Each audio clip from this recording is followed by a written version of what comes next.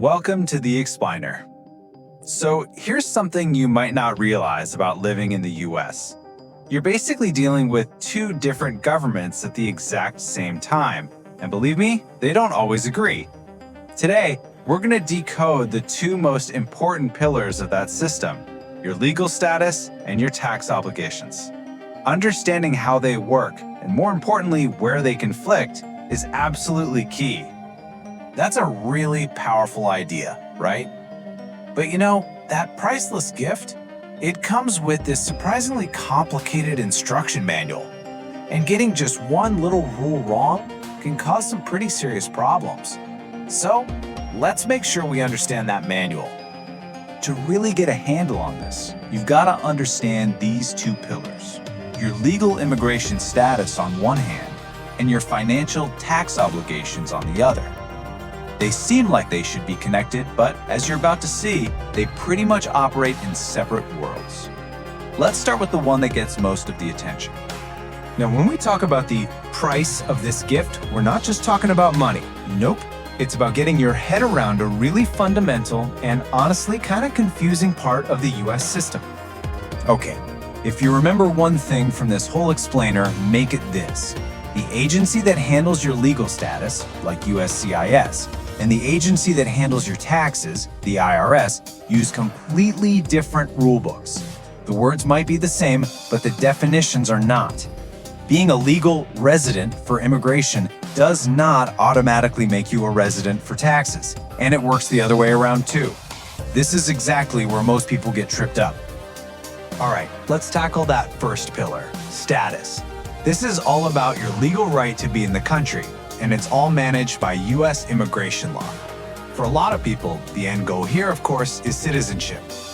The main way in, the gateway to citizenship for a green card holder, is this form, the N-400. You can think of it like the final exam. And to pass, you've got to prove that you meet a very, very specific set of requirements. So this right here, this basically maps out the whole journey for you. It's a checklist of time, where you've been, and what you know. But I want you to really pay attention to step 4.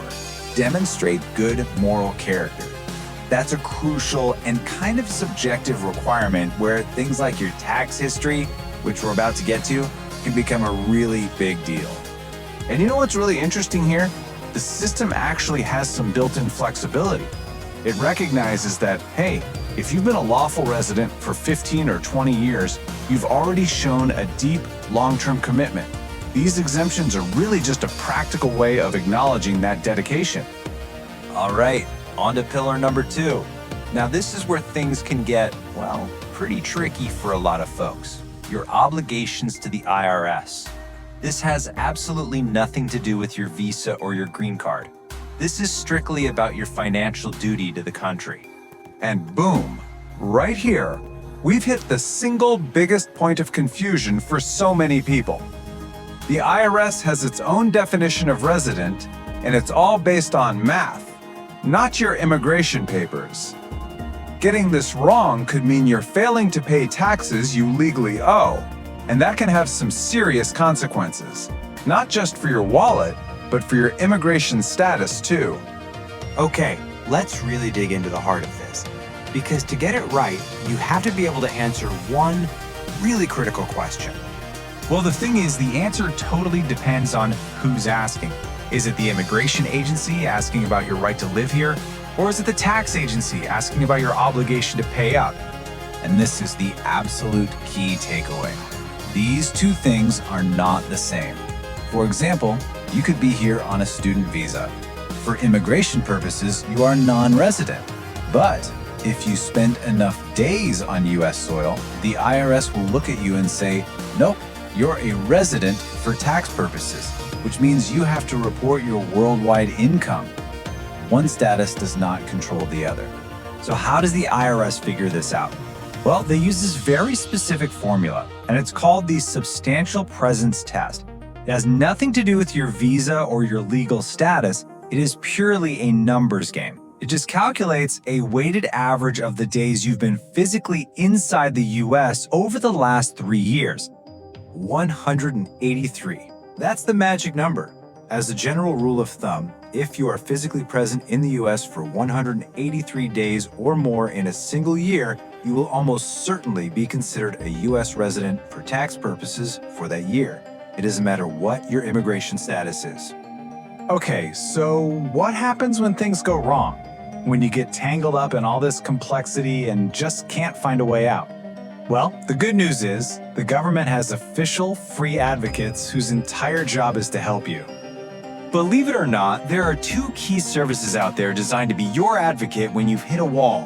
And get this, they're completely free. We're talking about the Taxpayer Advocate Service and the SBA's National Ombudsman. You can think of TASK as your personal guide to cut through all that IRS red tape. If you find yourself stuck in the loop, you're facing a major hardship, or you just feel like your rights have been violated, TASK is there to step in and fight for a fair resolution on your behalf. Now, what if it's your business that's having the issue? If you're struggling with a federal agency, could be the IRS, could be OSHA, anyone, and you feel like you're being treated unfairly, the Small Business Administration's Ombudsman is there to make sure you get a fair shake and that your voice is heard at the highest levels.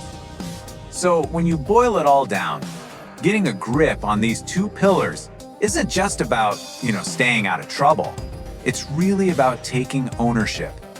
Knowing the rules of the system is the very first step to being able to fully and successfully participate in it. And this quote, it just gets right to the heart of it, doesn't it? This isn't just about following some rules or paying taxes. It's about becoming an active participant in the American story, actually contributing to it and helping protect the values it stands for.